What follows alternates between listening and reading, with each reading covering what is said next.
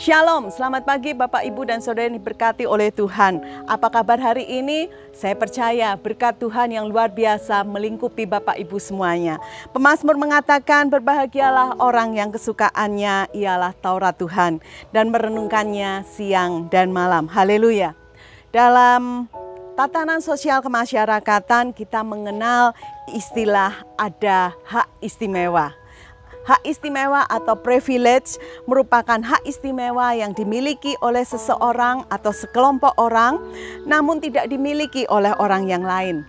Hak istimewa ini muncul karena adanya kelas-kelas sosial atau stratifikasi sosial. Orang yang mempunyai hak istimewa, dia akan mempunyai keistimewaan berupa perbedaan akses untuk memperoleh satu barang atau untuk memperoleh suatu layanan atau fasilitas.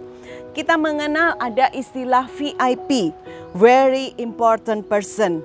Dalam suatu acara, orang-orang yang menyandang status sebagai VIP akan punya akses khusus, pintu masuk khusus, kursi khusus, makanan khusus, yang semuanya berbeda dengan orang yang awam. Dalam dunia perbankan dikenal istilah ada nasabah prioritas. Mereka yang menjadi nasabah prioritas akan mendapat layanan yang berbeda. Tidak usah antri, bahkan mereka punya ruang meeting khusus di dalam bank itu. Kemudian kita mengenal dalam dunia penerbangan ada istilah penumpang kelas eksekutif. Mereka yang punya hak istimewa di kelas eksekutif akan mendapat layanan istimewa, layanan khusus, makanan khusus, perlakuan yang khusus. Rasanya senang sekali dan bangga sekali kalau ada orang yang memiliki hak istimewa. Tetapi tahukah Bapak, Ibu, dan Saudara semuanya, jika kita sebagai umat Kristen, kita juga mempunyai hak istimewa. Mana mungkin, kita kan kaum minoritas, biasanya jadi warga kelas 2. Siapa bilang? Firman Allah mengatakan dalam Yohanes 1 ayat yang ke-12, tetapi semua orang yang diberinya kuasa menjadi anak-anak Allah, yaitu mereka yang percaya dalam namanya. Ketika kita percaya kepada Tuhan Yesus Kristus, saat kita mengakui Yesus sebagai Tuhan dan Juru Selamat kita, bukan saja kita diampuni dosa-dosa kita, bukan saja kita diselamatkan, tetapi kepada kita diberikan kedudukan atau status istimewa. Firman Allah mengatakan kedudukan istimewa kita adalah menjadi anak-anak Allah. Kedudukan atau status istimewa ini akan membuat kita mempunyai hak istimewa, yaitu kuasa, yaitu power yang dari Tuhan. Jika kedudukan kita sebagai anak, maka Tuhan adalah mempunyai kedudukan sebagai Bapa kita. Galatia 4 ayat yang ke-6 mengatakan, dan karena kamu adalah anak, maka Allah telah menyuruh roh anaknya ke dalam hati kita yang berseru, ya Aba, ya Bapa. Karena Tuhan adalah Bapa kita, maka kita bisa menyebut dia dengan sebutan Aba, dengan sebutan Bapa. Dalam bahasa sehari-hari, dalam pergaulan kita, seorang anak biasa memanggil bapaknya dengan sebutan ayah, papi, papa, dedi. Mereka yang dipanggil dengan sebutan ayah, papi, dedi adalah orang yang mempunyai hubungan istimewa dengan anak. Mereka punya hubungan khusus, hubungan spesial sebagai ayah dan anak. Seorang anak tidak akan bisa memanggil setiap laki-laki yang tidak ada hubungan istimewa dengan mereka, hubungan khusus dengan mereka dengan panggilan ayah atau panggilan papi atau panggilan papa. Hubungan istimewa antara seorang anak dengan ayahnya, dengan bapaknya disebabkan karena adalah hubungan kasih dan adanya hubungan darah. Demikian juga dengan kita. Ketika kita memanggil Tuhan dengan sebutan Aba, Bapa, ada hubungan istimewa antara kita dengan Bapa, antara kita sebagai anak dengan Bapa kita, yaitu hubungan kasih dan hubungan darah. Firman Tuhan mengatakan kita mengasihi karena Allah lebih dahulu mengasihi kita. Dan karena kasih-Nya yang begitu besar untuk setiap anak-anak-Nya, untuk setiap kita, firman Tuhan juga menyatakan Tuhan rela mengorbankan anaknya yang tunggal untuk menebus dosa-dosa kita. darahnya tercurah di kayu salib. Tuhan membiarkan anaknya Yesus Kristus untuk mencurahkan darahnya menebus dosa-dosa setiap kita. Karena darah yang tercurah di kayu salib itu, kita dibenarkan, hidup kita dibenarkan di hadapan Allah, dan kita dijadikan menjadi anak-anak Allah. Ketika kita terkoneksi dengan Tuhan sebagai anak dengan Bapa, maka ada satu hak istimewa yang diberikan Tuhan kepada setiap kita. Firman Tuhan menjanjikan bahwa kita akan memperoleh hak menjadi penyembah benar. Yohanes 4 ayat 23 mengatakan, tetapi saatnya akan datang dan sudah tiba sekarang bahwa penyembah-penyembah benar akan menyembah Bapa dalam roh dan kebenaran, sebab Bapa menghendaki penyembah-penyembah demikian. Dari ayat yang sudah kita baca tadi dengan jelas menuliskan kedudukan siapa yang kita sembah. Kedudukan Tuhan bukan sebagai tuan atau master yang kita layani. Kedudukan Tuhan juga bukan sebagai raja, tetapi kedudukan Tuhan di sini adalah sebagai Bapa. Maka jika Tuhan adalah Bapa, siapa yang akan menyembah Bapa? Anak-anaknya. Inilah penyembahan yang benar, yaitu saat kita menyembah Tuhan dalam hubungan kita sebagai Bapa dengan anak.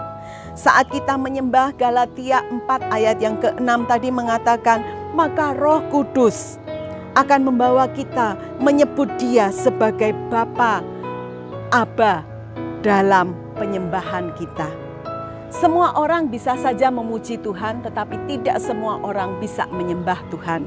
Kita pasti pernah melihat satu tayangan seorang jenderal bukan dari kalangan Kristen. Dia menaikkan pujian di hari Natal, Allah mengerti, Allah peduli. Jenderal ini bisa saja menaikkan nyanyian rohani, memuji Tuhan. Tetapi kita tidak bisa meminta jenderal ini untuk menyembah Tuhan. Karena yang bisa menyembah Tuhan adalah kita sebagai anak-anak Tuhan. Ketika kita menyembah Tuhan, ada hubungan kasih, ada ekspresi kasih kita sebagai anak kepada Tuhan.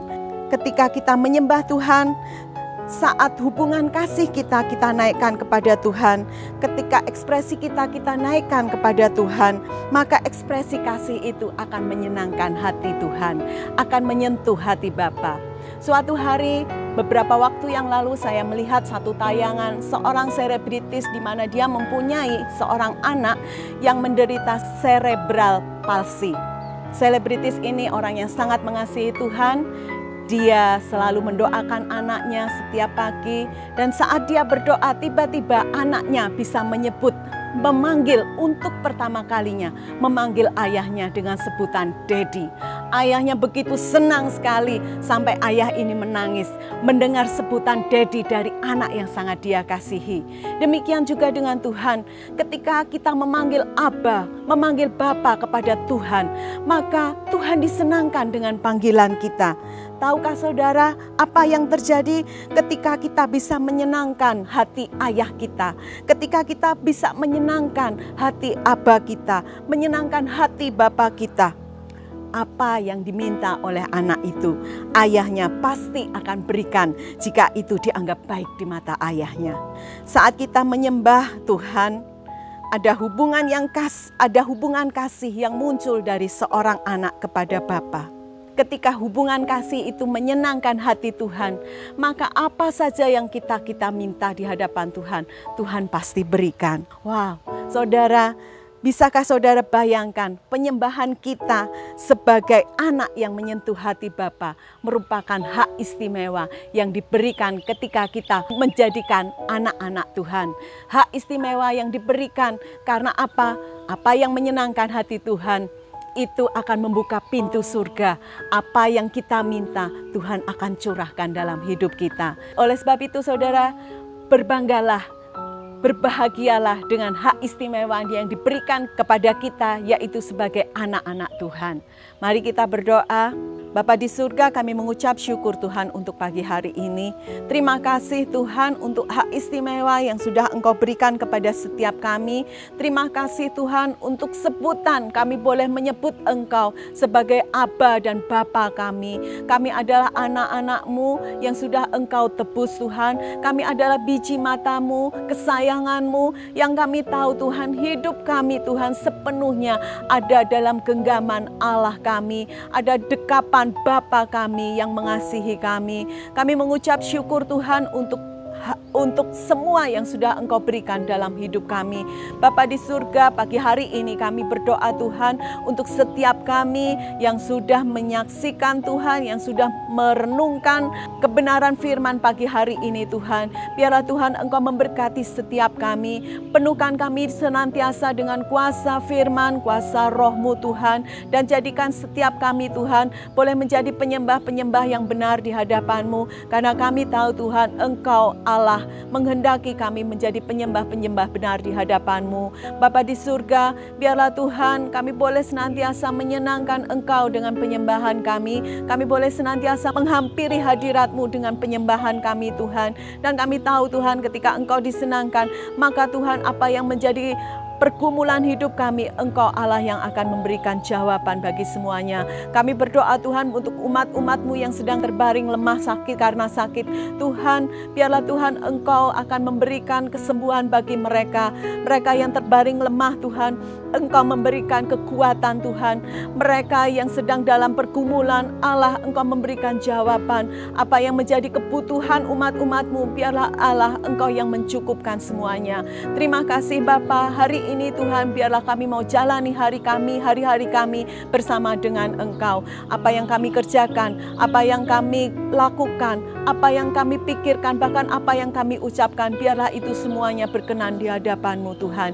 Terima kasih Bapa, terima kasih Yesus. Di dalam nama Yesus kami mau jalani hari ini Tuhan bersama dengan Engkau. Haleluya. Amin.